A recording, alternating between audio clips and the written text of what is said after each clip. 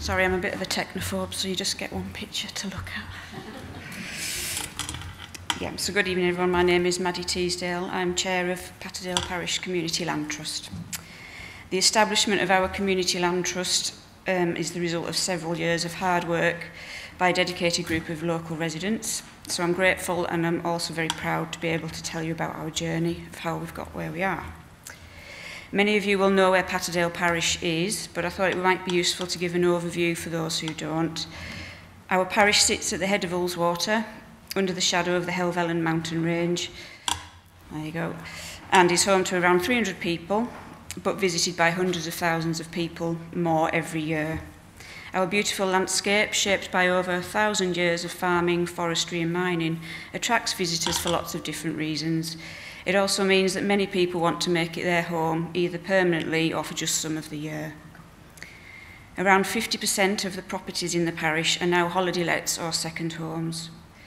For example, a group of 20 small terraced houses that once housed miners and their families now only have 3 permanent residents. These houses now sell for at least £350,000, totally out of the reach of local people whose families perhaps once lived there. The average household income for the parish is just over £36,000, and the average house price is £359,000, meaning that the house prices are 9.8 times the mean annual household income. Young people have to remain living with their parents or move to town to be able to afford a place of their own. High house prices and private rents make it very difficult for businesses to employ and retain permanent experienced staff, as there's nowhere else for them to live other than staff accommodation. We are unable to provide carers to our ageing population, many having to move into residential care. And when an event such as Storm Desmond happens, when we were cut off from the outside world for 2 days, we have a reality check on how dependent we are on the younger generations of our Inap Valley to help with the hard physical work of clearing debris and shoveling mud, invaluably assisting our older population. Our housing group was first loosely formed in 2012 following a public meeting held to discuss a local lettings policy for the properties in the village owned by Eden Housing Association. Some of their newer housing was covered by a Section 106, which is a local occupancy clause restricting the letting to local permanent people in the parish and surrounding area. However, some of their older properties were not covered by this and meant that they were open to the whole of Cumbria. This was obviously frustrating for local people in need of housing who already lived and worked here. So we worked closely with Eden Housing and the Parish Council to develop a local lettings policy for Patterdale Parish. This policy was formally adopted in 2013 and is certainly doing the job it was intended to, with all properties being let to people from the parish so far. This was the first achievement of our then very informal housing group, and from then we have been working hard to protect and provide affordable housing in the parish. In recent years, the scale of the problem has become apparent to the authorities and policy makers, and they all became very aware of the long-term detrimental effect of losing our local communities. In 2015, the Ullswater Valley Local Plan identified affordable housing as an issue that the local community wanted to do something about. This gave us, the housing group, the evidence to take things forward, and to help us to do this, we asked our local community housing advisor if he would work with us and help and try and make something happen. He was able to provide us with 3 days funded by the National CLT network. Even for a committed, proactive group, we knew it was a lot to take on, as we're all volunteers with work and family commitments, but we decided to push on. One of the first actions we took was to invite the local National Park planner to come to the parish and walk around with us to identify possible sites that would be acceptable to him and fit with National Park policies. This was very useful and constructive and led to us talking to landowners to find out which sites would be available for possible housing development. The next step was to identify housing need in the parish. About this time, luckily for us, Eden District Council received their share of the Community Housing Fund, and this meant we had access to funding for the survey and also access to their housing policy and project officers. Working closely with them, we designed and then distributed a housing needs survey to the parish in March 2018.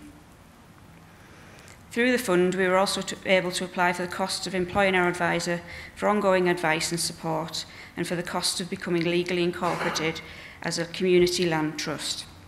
The National CLT Network were able to give us advice and support through this process, providing us with model rules for the incorporation and organising this. We chose to become a non-charitable community benefit society and have 7 directors and 4 other members, though this is increasing all the time as people have become aware of us and what we do. I feed back to the public about the progress of the CLT at the Parish Council meetings. We have a Facebook page and are in the process of developing a website with funding provided from the National CLT Network. It became clear from the survey results that the level of housing needs in the parish was high, and we were justified in wanting to develop affordable homes. We had a great return rate of 48%, and of the 109 surveys returned, 25 respondents stated that they were in need of affordable housing and needed to move within 5 years. 7 stated they needed housing now. The preferred tenure was 2-bedroom properties and mostly needed for young people and small families. So we now had to decide how we were going to develop the properties. As a parish council managing a cottage that had been left to the parish after the First World War, we were all very aware of the time and effort this took and knew that we did not want to develop and manage properties ourselves. The main aim of the CLT was to provide affordable local occupancy homes in perpetuity, and decided that one of the best ways to do this would be to use a development lease model in partnership with a housing association. This way, our CLT would always own the land and we could ensure the properties would never be sold. We asked Eden Housing Association if they would work with us, and as we had already worked closely with them in the past, it was easy to build on this relationship. And we knew they'd also done other developments in other Lake District villages. We initially met to discuss the development lease model approach that we wanted to take, and have since met several times to discuss the process and go into more detail of how our partnership will work, both on the ground and in legal terms. Our aim is for the CLT to purchase the site, subject to planning permission, and for Eden Housing Association to lease the land, develop and manage the properties. We have been fortunate that the funding for our CLT and project has been provided from the National CLT Network and the Community Housing Fund through Eden District Council. The land acquisitions costs will also be covered by the fund, and this is hugely helpful in freeing up money to go towards getting the right build and finish for the development, such as for stone facing. We have discussed with the Eden Housing Association what we would like the development to look like, and we all agree that due to the sensitivity of the site, the design and finish is probably the most important aspect of the development. We want the local community to agree to and like the development and be proud to have it in their village as a brilliant example of how community working partnerships can be a way to provide well-designed, affordable housing for our future generations. At a meeting, I was once asked by a very disgruntled older gentleman who had retired to the area why I was pushing for affordable housing here.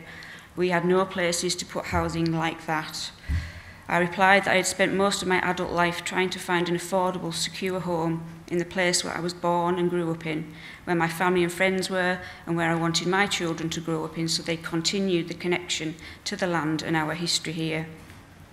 I was the first generation of my family that have been in this valley for 200 years, mining and farming, unable to afford to buy a home here. I worked as a qualified health professional, my husband works in his family business, and there are many more people just like us in the Lake District. We don't feel that we deserve to live here, it's just that we are part of here, and it is part of us, just like the hefted Herdwicks on the Fell. The Lake District is a very special and unique place with a unique dialect, culture and history. With the loss of local permanent communities, you don't only lose those things used by them, such as schools, shops and local services, you lose the culture, dialect and knowledge of our history. The children never learn about the history of their landscape and community for them to pass on the knowledge to their children. They don't get to hear the dialect spoken amongst the hill farmers or listen to the stories and banter about folk and places when sat in the local pub at a village gathering, quietly listening, waiting to be taken home, but only when the singing has finished. I hope this has been useful, and thank you for listening.